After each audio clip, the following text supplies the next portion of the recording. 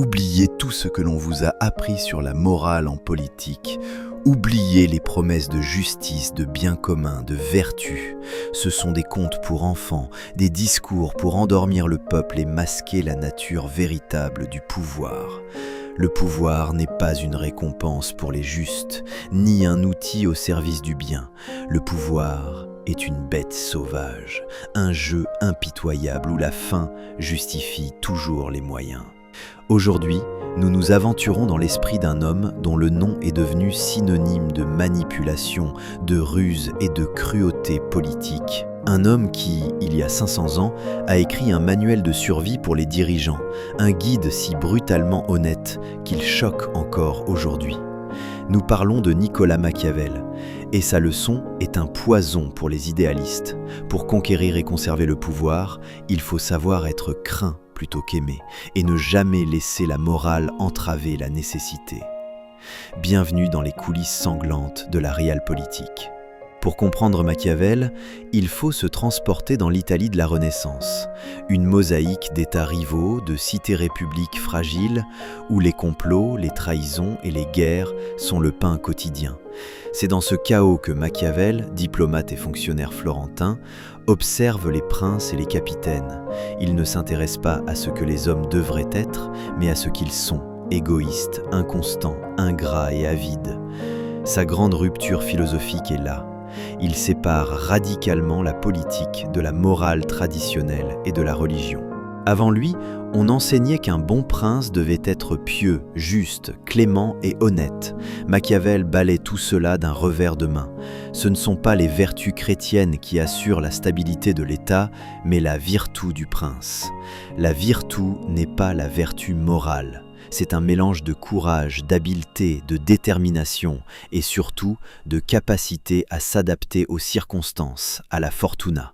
La fortuna, pour Machiavel, c'est la chance, le hasard, le cours imprévisible des événements. Elle est comme un fleuve déchaîné qui peut tout détruire sur son passage. L'homme politique idéaliste se laisse emporter. Le prince doté de virtu, lui, construit des digues. Il ne peut pas contrôler la fortuna, mais il peut anticiper ses caprices et utiliser sa ruse et sa force pour en maîtriser la moitié. La politique n'est pas une affaire de principes rigides, mais une danse constante avec le chaos. Alors, concrètement, que doit faire le prince? Machiavel est d'une clarté glaçante. Premièrement, il doit maîtriser l'art de la guerre. Un prince qui néglige son armée est un prince mort.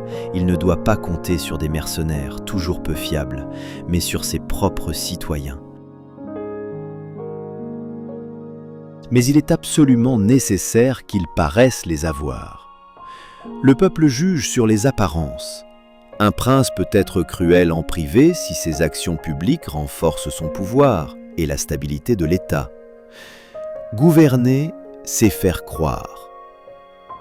Ceci nous amène à la question la plus célèbre. Vaut-il mieux être aimé ou être craint? La réponse de Machiavel est sans appel. Idéalement, il faudrait être les deux. Mais comme c'est difficile, il est beaucoup plus sûr d'être craint que d'être aimé. Pourquoi?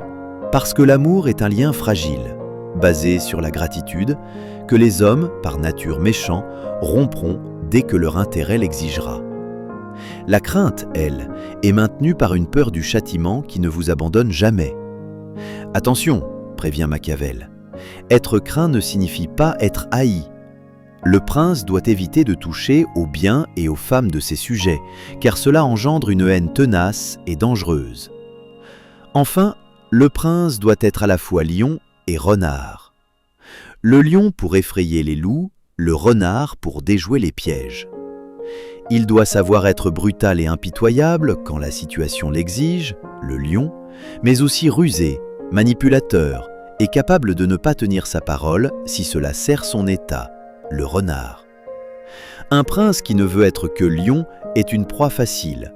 Un prince qui n'est que renard est sans défense. La véritable vertu est de savoir alterner entre la force et la ruse. Est-ce que Machiavel était machiavélique? Était-il un monstre, un professeur de tyrannie? C'est plus complexe. Son œuvre, Le Prince, n'est pas un éloge de la tyrannie pour le plaisir. C'est un manuel destiné à unifier une Italie déchirée et à la libérer des barbares étrangers. Le but ultime de ces actions, même les plus cruelles, est la stabilité et la grandeur de l'État. La violence bien employée, selon lui, est celle qui est utilisée une seule fois, de manière décisive, pour assurer la sécurité, puis qui cesse. La violence mal employée est celle qui s'éternise et engendre la haine. Machiavel nous force à regarder une vérité dérangeante. La morale de l'homme privé n'est pas la morale de l'homme d'État. Un dirigeant qui voudrait gouverner en suivant les préceptes de la morale chrétienne mènerait inévitablement son État à la ruine. Pour sauver la cité, le prince doit être prêt à entrer dans le mal si la nécessité l'impose. Il sacrifie son âme pour le salut de l'État. La leçon de Machiavel est intemporelle. Elle nous enseigne que le pouvoir a ses propres règles, souvent en conflit direct avec nos idéaux, que la naïveté en politique est une faute mortelle.